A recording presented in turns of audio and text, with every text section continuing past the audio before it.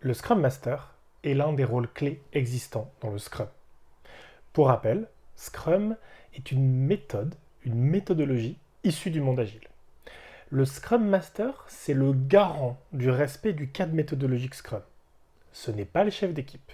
Il a juste le rôle de s'assurer que les règles du jeu du Scrum sont bien respectées. Un petit rôle. Si tu es familier des jeux de rôle, il agit comme un Game Master. Son rôle est essentiel lors des rituels. C'est à ce moment-là qu'il va être le plus visible.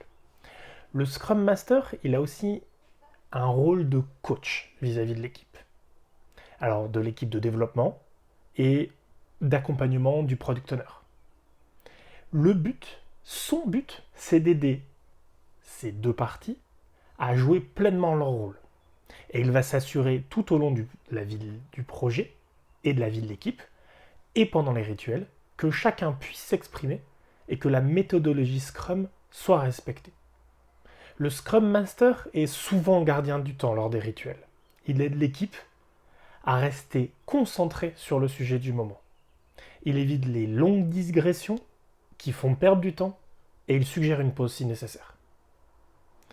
Son action permet bien souvent d'éviter de perdre du temps avec une équipe décidée. Il s'assure aussi que l'équipe s'engage sur un sprint qu'elle sera capable de livrer complètement. Un point essentiel, parce que si on s'engage sur quelque chose qu'on livre plat, on n'a plus la confiance ni de nos supérieurs, ni du client.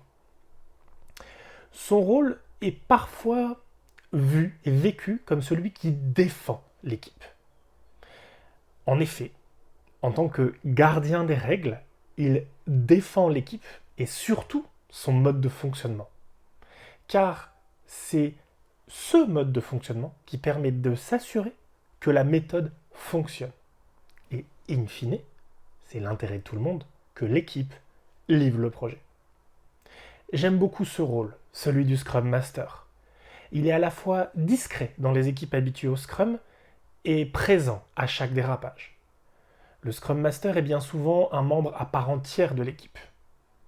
La plupart du temps, dans mon expérience, cette personne était l'un ou l'une des développeurs de l'équipe. Et au sein de cette équipe, il va garder une partie de son temps, en général 20%, pour jouer ce rôle de Scrum Master. Il arrive parfois que le Scrum Master ait un rôle de développeur dans une autre équipe.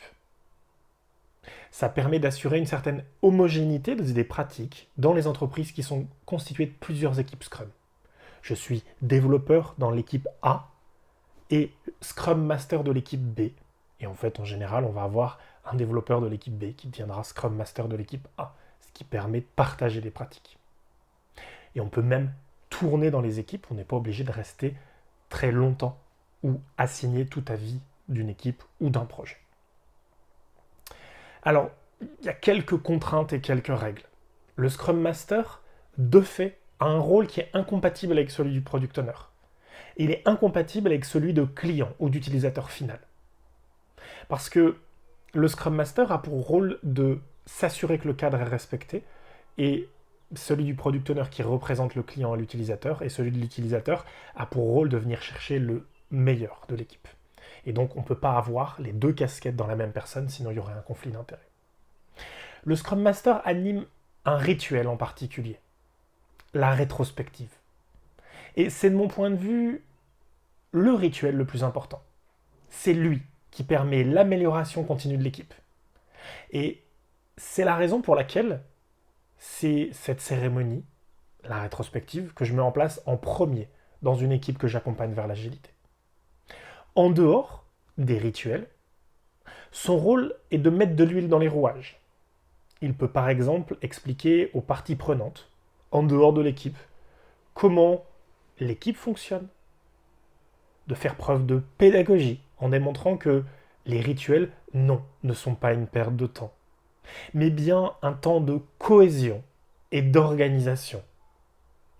Cette organisation de l'équipe va aider l'équipe elle-même, le projet, mais aussi aider les membres extérieurs à passer d'obstacles ou de potentiels obstacles à promoteur du projet et de son cadre.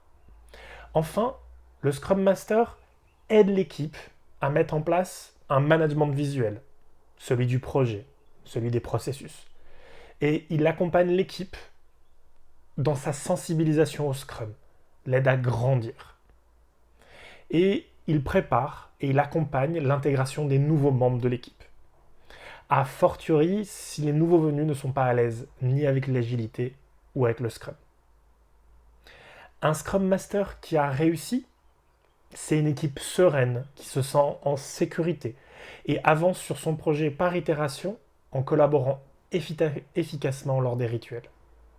En résumé, en 4 points, le Scrum Master est garant du cadre méthodologique de Scrum. C'est un coach et non un supérieur de l'équipe. C'est quelqu'un qui a de fortes compétences humaines et c'est l'équivalent d'un maître du jeu. Si la vidéo t'a plu, je t'invite à me suivre sur LinkedIn et YouTube.